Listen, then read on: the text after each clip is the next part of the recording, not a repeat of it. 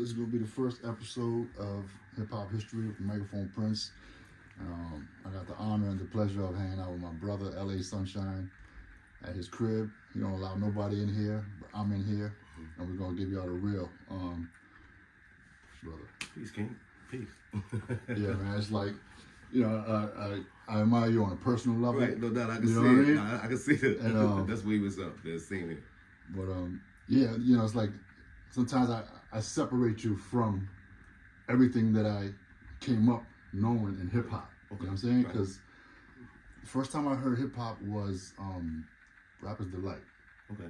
Right? 79. So, you know, after I found out who they were and you know, how that all came about and the fact that there wasn't like an authenticity there. Right. But the second group that I heard on the record was Spoonie G and then you, Treacherous 3, Love Rap. So, I guess I just want to go back, you know what I mean? Because, you know, that was the first time I realized that, oh, this is what it's supposed to sound like. Okay. Mm-hmm. It was completely different. You know what I'm saying? Like Spoonie was on some shit, and then I never understood. We're gonna get into the dynamic of y'all three with Spoonie G and all that, but the new rap language, like y'all came out the gate with something that was so crazy that still to this day, like, you know, whatever 20, 30 years I've been rhyming, part of that was influenced by that. So, I guess, how did the style originate? And did you know that you were doing something crazy? You talking about the fast rhymes? Yeah. Just, you know, the new rap language, that record, you know. Twofold question, because I didn't think, and I think the majority of cats cut from that generation would concur with me in terms of not thinking initially that we creating something crazy. Like, because if you 14, 15 years old and you're just expressing yourself, and you're not going, how can I change the world? I mean, for the most part, most cats are not thinking that way. If you get connected to something that gravitates you to it, like hip hop did, being the powder cake that it was, everybody gravitated, because that was the next step of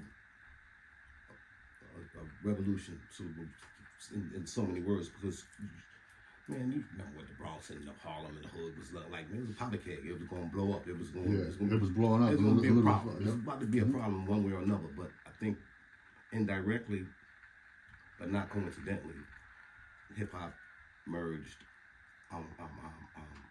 began to flourish, and cats began to gravitate to it from that perspective. But I didn't think, and I don't think the collective, a couple of cats did, I don't think the collective thought that we were doing something. We were just doing something that we organically gravitated to, unbeknownst to what it was going to be. But okay, but let me bring it back. Even, I'm talking about even in just the style, even if, you know, we're not talking about the impact it would have on the rest of history, but just at the moment when you're writing, and you're like, yo, we're gonna come out with this joint, we're gonna kill from an MC perspective. That's what I'm talking about. Yes. Because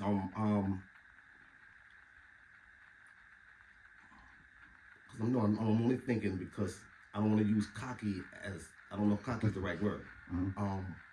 But we were, I don't think we were ever, yeah, we might have been cocky.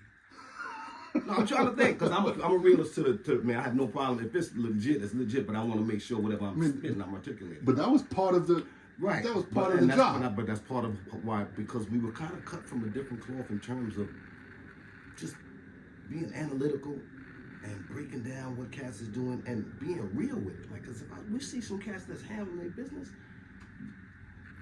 As an MC, you know, part of MC code, I'm standing on my neck, you can't fuck with me, you know, He's an adversary, no matter what. No matter what, you know what I'm saying? But we were never really cut from that cloth to that degree.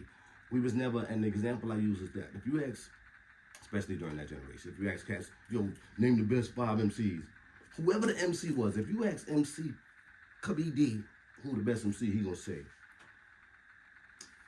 me.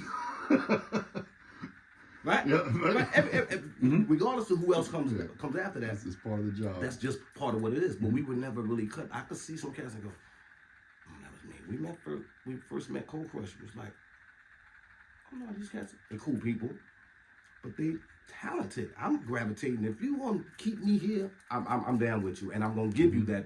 I'm gonna own it, man. Good work, good job. But even though MCing was cut from a different cloth, that was almost taboo. You couldn't. You can't admire nobody. Right, you can't. So that's why I'm thinking of debating on whether or not cockiness was the word. But in totality, when we came up with the fast rhymes, in terms of every other MCs, other crews were starting to do routines and this, that, and the other. I knew that would set the bar higher, because that's what motivated us more so than anything else. We always want to push the envelope, push the bar. I've seen cats that would have the potential. I would hear groups, and I'm talking about groups